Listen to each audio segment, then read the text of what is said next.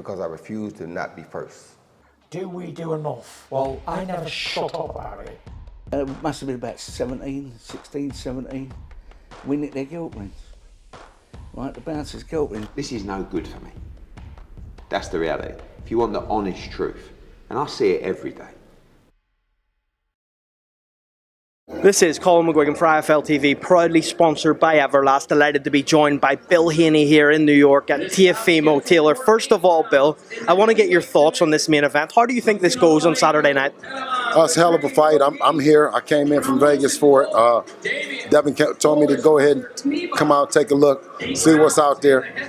He spent his whole career at 135 pounds, so we haven't spent a whole lot of time looking at the 140-pound division, but it's good, man. I'm happy. The atmosphere is electric right now, and I expect fireworks out of Taylor and Lopez. If I was pushing you for a prediction on this one, who do you think would edge it? You know what?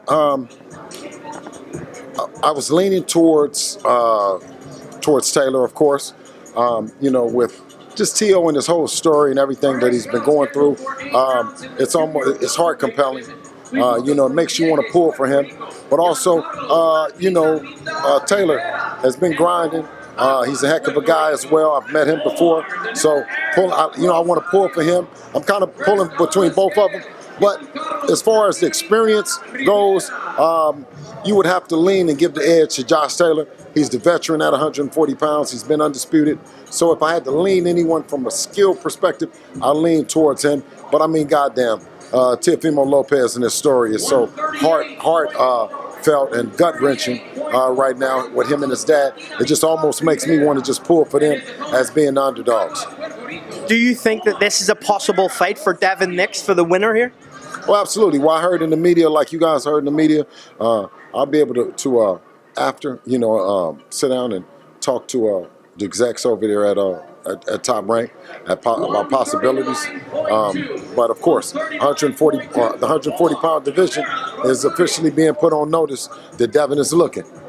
I wanted to get your thoughts on Eddie Hearn's comments. He said he feels that Devin Haney is the type of fighter who now could promote himself, be a promotional free agent, and work with all the different top-ranked Matchroom, even PBC potentially.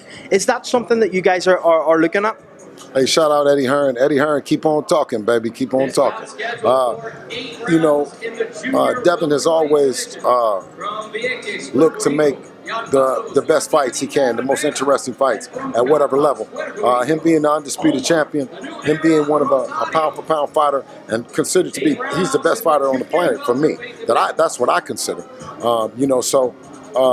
Of course, making the big fights with the promoters and all that, that's what Devin wanted to do. He wanted to tear down any barrier between sides of the streets or any kind of possibilities that the fights couldn't be made.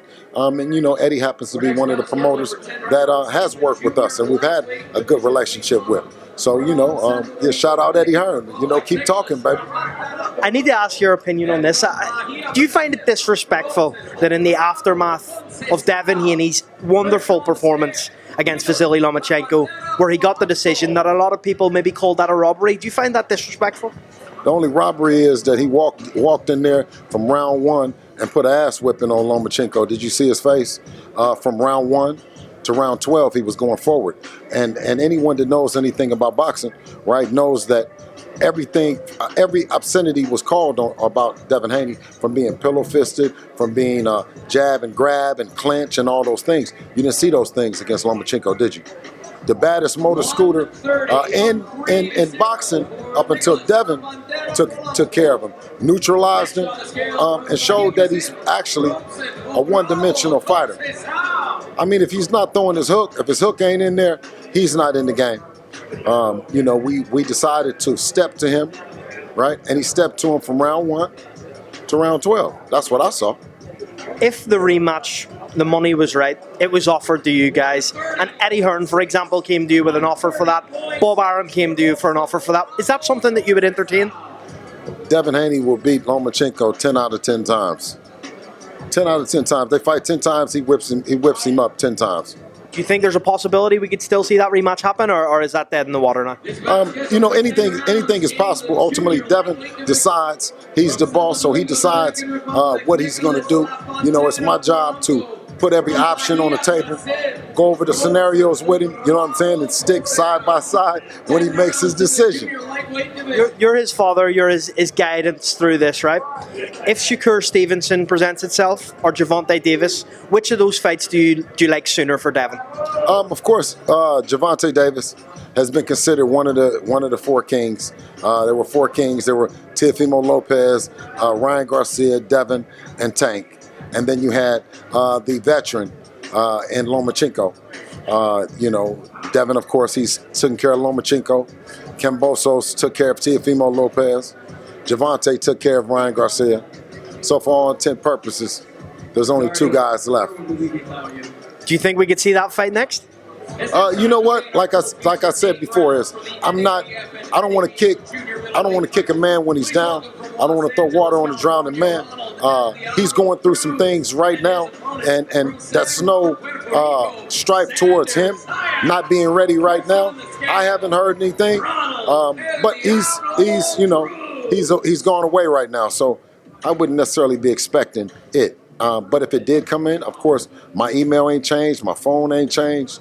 You know what I'm saying? And any correspondence with that side, because it's such a big fight, would be monumentous.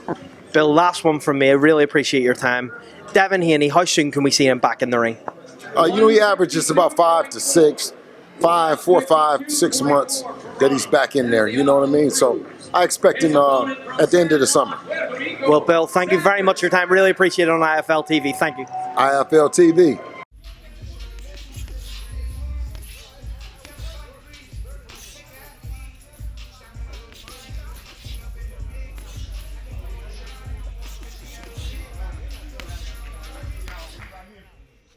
Because I refuse to not be first. Do we do enough? Well, I never shut up about it. It must have been about 16, 17. We nicked their guilt rings. Right, the bouncer's guilt ring. This is no good for me. That's the reality. If you want the honest truth, and I see it every day,